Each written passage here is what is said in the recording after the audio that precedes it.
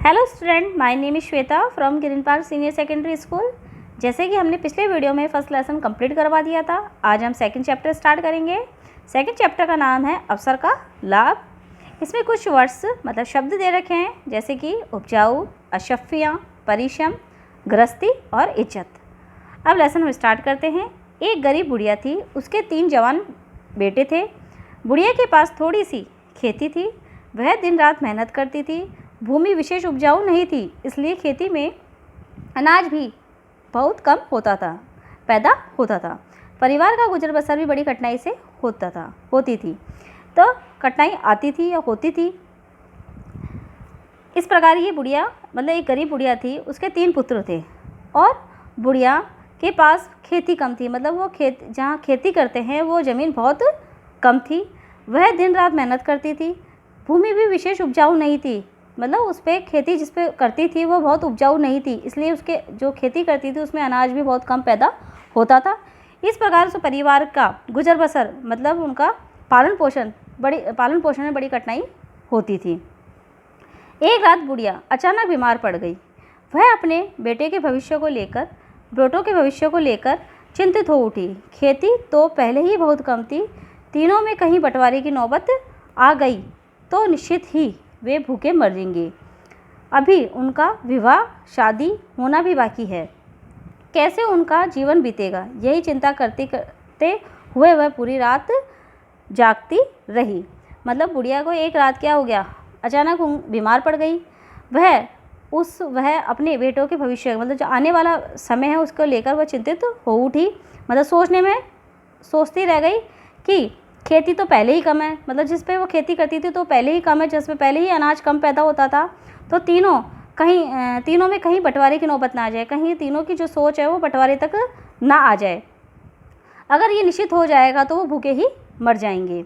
अभी तो उनका विवाह भी नहीं हुआ, मतलब होना बाकी है। कैसे उनका जीवन बीतेगा, मतलब आगे का जीवन उनका कैसे बीतेगा, यही चिंता करते करते हुए पूरी रात जागती रही। सुबह बुढ़िया ने तीनों बेटों को अपने पास बुलाया। उनकी बुद्धि और पुरुषार्थ की परीक्षा के लिए उन्हें 1,000 अशफ्या देकर बोली।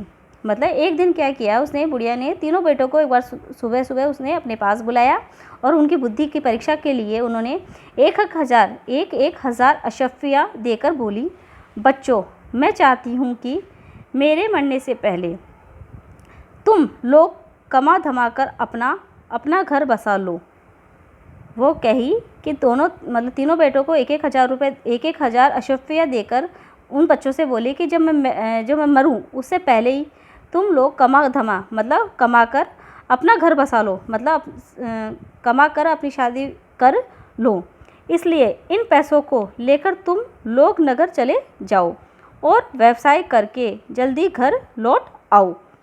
उसने कहा कि तीनों को 1,000 अशफ्या दे दी।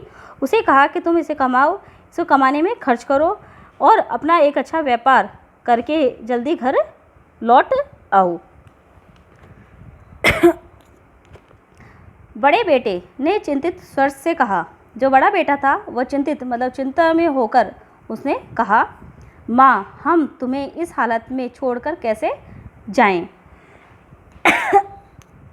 बड़ा बेटा जो चिंतित होकर बोलता है कि माँ, हम आपको इस हालत में कैसे छोड़ के जाएं। मतलब वो माँ उनकी बीमार थी, इसलिए वह सोचने लगा। बुढ़िया ने कहा, तुम लोग मेरी चिंता न करो। अड़ोस पड़ोस के लोग भले हैं, मेरा खूब ख्याल रखते हैं। मतलब तुम इसकी चिंता मत करो, जो आसपास के हैं, अड़ोस पड़ोस यानी आसपास के हैं जो लोग, वो बहुत भले हैं, मतलब बहुत अच्छे लोग हैं। वो मेरा खूब ख्याल रखते हैं कि वो खूब ध्यान रखते हैं। फिर रोज़ आकर देख ही जाया करोगे, अगर फिर तुम रोज़ ही आके देख जाया करेंगे, मतलब वो मुझे रोज़ आके देख जाया करेंगे। अशफ्या लेकर तीनों पुत्र अलग अलग नगरों के लिए चले पड़े। अशफ्या ली और तीनों पुत्र अलग अलग नगरों में वह चले गए। इस प्रकार आज हमने आपको लेसन सेकंड रीड करवाया है। अब हमने आज आपको ये लेसन सेकंड रीड यहाँ तक करवाया। आपको सभी को लेसन यहाँ तक रीड करना है और इसके जो शब्दार्थ है वो आपको होम टास्क में कॉपी में करने हैं। आपका होम टास्क आज का यही है कि जो ये वर्ड मीनिंग है आपको कॉपी में करने हैं। धन्यवाद।